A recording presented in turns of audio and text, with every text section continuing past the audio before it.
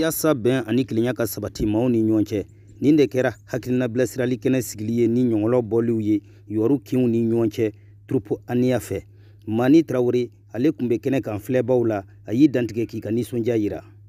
anyo furakele min surala toranti nyone abada nama ben o ay nyon nyin gasa ben dum fana binda chogodi ben na abada fanga nyon kanu na nyon kanu ben bi surakana anga dongoni ni benti yoro hera foi tei hada bade maw mabi balola jamane ngono be ni san dama dama ngonna na anya sura makorobo ko foi te jena mimbi shi ani kanet bo me donbo labana kam blatran da ko nyekele mi ambo fo jamane bengon tei foi ti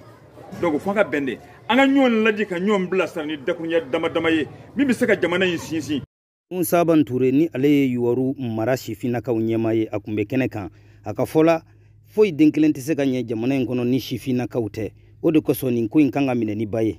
comme nous sommes jeunes ni shifundi wani fen de kofo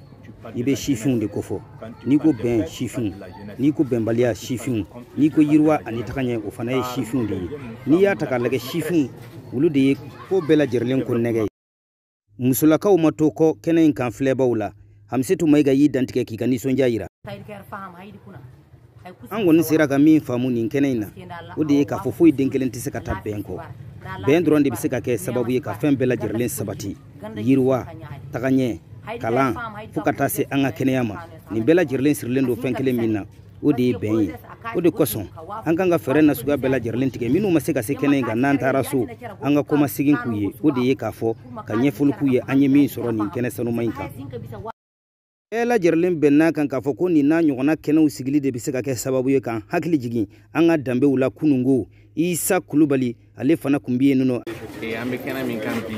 o ben ani kele sinsini kenede jamana mbe rom na bi beba donc afo am mogo be bena o ben o be damne jeunesse re folola no e an sifina kawye fo on ne ga nyogom mene anga je kan polo di nyogom maka dun dakelen fe ka bo dakelen fe jamana en segana ko jugu donc o konna na sa ambe ka ni prestation théâtrale mononke o buka ke sababu ye ka au moins yuar commune konna na ka